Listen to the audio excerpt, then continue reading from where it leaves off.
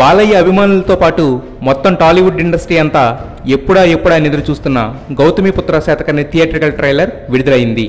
టీజర్లో తన మార్పు చూపించిన క్రిష్ ట్రైలర్లో తన హవా కొనసాగించాడు. 79 వర్కింగ్ డేస్లో అలాంటి విజువల్ గ్రాండియర్ అంటే నమ్మశక్యంగా లేదు. ప్రతి ఫ్రేమ్లో కథని కొనసాగిస్తూ ఎక్కడా కాంప్రమైజ్ కాకుండా అంత తక్కువ టైంలో అలాంటి అవుట్పుట్ ఎలా తీసాడన్న విషయం పెద్ద షాకింగ్గా మారింది. ఇక బాలయ్య కూడా చాలా సరెండర్డ్గా యాజ్ ఇట్ ఈజ్ ఒక చక్రవర్తి ఎలా చూస్తాడో, ఎలా మాట్లాడతాడో, ఎలా కదులుతాడో అలాగే హుందాగా నటించాడు. ఒక రకంగా 99 సినిమాలు చేసిన బాలయ్య వేరు, ఈ సినిమాలో బాలయ్య వేరు. శ్రియా శరణ్ కూడా లుక్ పరంగా అదిరిపోయింది. హేమమాలిని ప్రెజెన్స్, ఆమె డబ్బింగ్ వాయిస్ పర్ఫెక్ట్గా సెట్ అయ్యాయి. Chirantan Bhatt background score super. Gnanasekhar photography గురించి, విఎఫ్ఎక్స్ గురించి ఎంత చెప్పుకున్నా తక్కువే.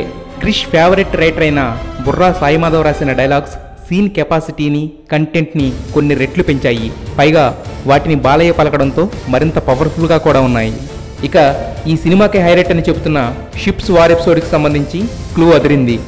ఓవరాల్గా అందరూ ఎదురు చూసిన గౌతమిపుత్ర శాతకర్ణి ట్రైలర్ సినిమాపై అంచనాలను నెక్స్ట్ లెవెల్కి తీసుకెళ్లింది.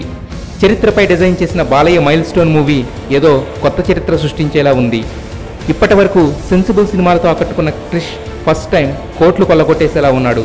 మొత్తంగా బాలయ్య క్రిష్ల క్రిష్ ఫలితం స్క్రీన్పై 100% ఎలివేట్ అయ్యి 100% సంచలనానికి నాందిగా మారింది.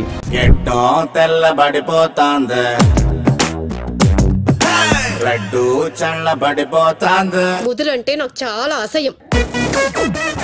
చూడు గుండ్రంగా అలా ఉందో, ఒక వంపు లేదు చంపు లేదు. నువ్వేమన్నా పెద్ద మహేష్ బాబు అనుకుంటున్నావా?